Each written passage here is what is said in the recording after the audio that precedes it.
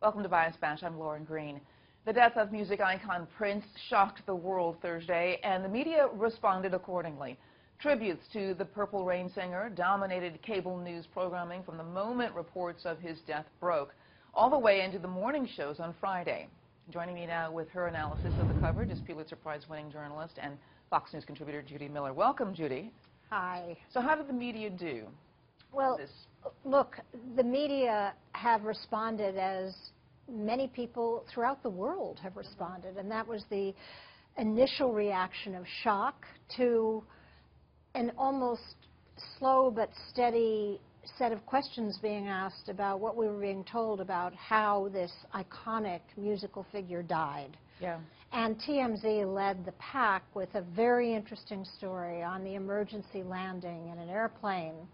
Supposedly he was having a flu attack. He was 45 minutes from his home in Minneapolis, and there was something very strange about that episode.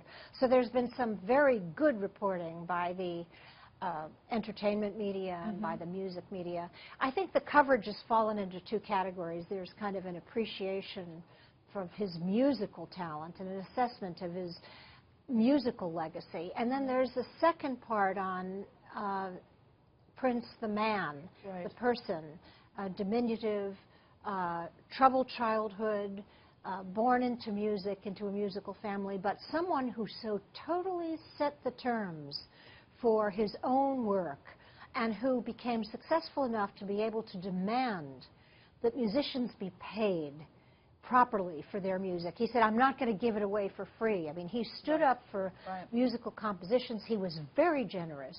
He was not only a very shrewd businessman, but he also wrote music for other people, was active in philanthropy, very quiet, stayed in his home state, did not go to Hollywood or New York. Because I'm from Minnesota, too. I know all about that. Stayed there. So he's a very admirable, complex figure. And what I hope is that the way in which he died does not eventually, when we learn more about the circumstances, diminish at all his enormous contributions to I was impressed, though, with the media in that so many times we get accused of jumping the gun, like we're reporting something that hasn't happened yet, but somebody wants to be out front with the news, and nobody really did that. They kind of waited for the AP or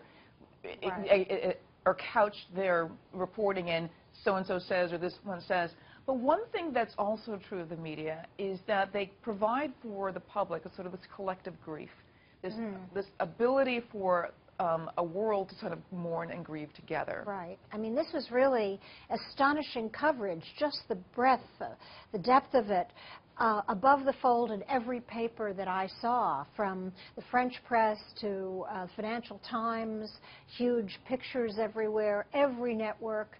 He touched so many lives and was heard by so many people who spoke so many languages that almost every media person, no matter where you are on the planet, felt compelled to weigh in, and that's a good thing. I think, in general, celebrities have a hard time guarding privacy. Privacy ends with death. Now we need to know exactly what happened here, whether or not he had been sick for a long time. I don't think, given his religious background and the fact that he was a Jehovah's Witness, had become one in 2001 and had proselytized, I don't think we're going to see a drug use, but we don't know. Yeah, that's something we've never heard from him before. We've never heard before, but he could have been very ill. There was something that led him to go to his local pharmacy many, many times a week, you know, many times in those last few weeks. So we're going to learn a lot more, and we have to. That's our role, once again, not to be popular, but to find out sometimes what people don't want us to know. And you know, one of the things that's not been reported, and usually it is reported when there is a 911 call, is who made the call. Exactly. That hasn't been reported.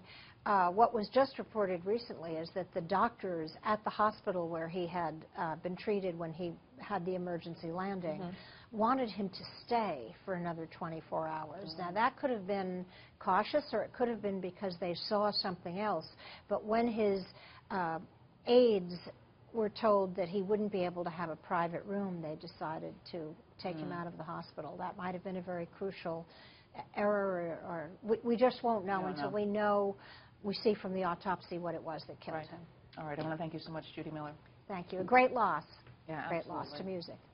And to hear more media analysis on the week's top headlines, catch Media Buzz with Howard Kurtz Sundays at 11 a.m. Eastern and again at 5 p.m. Eastern on the Fox News Channel.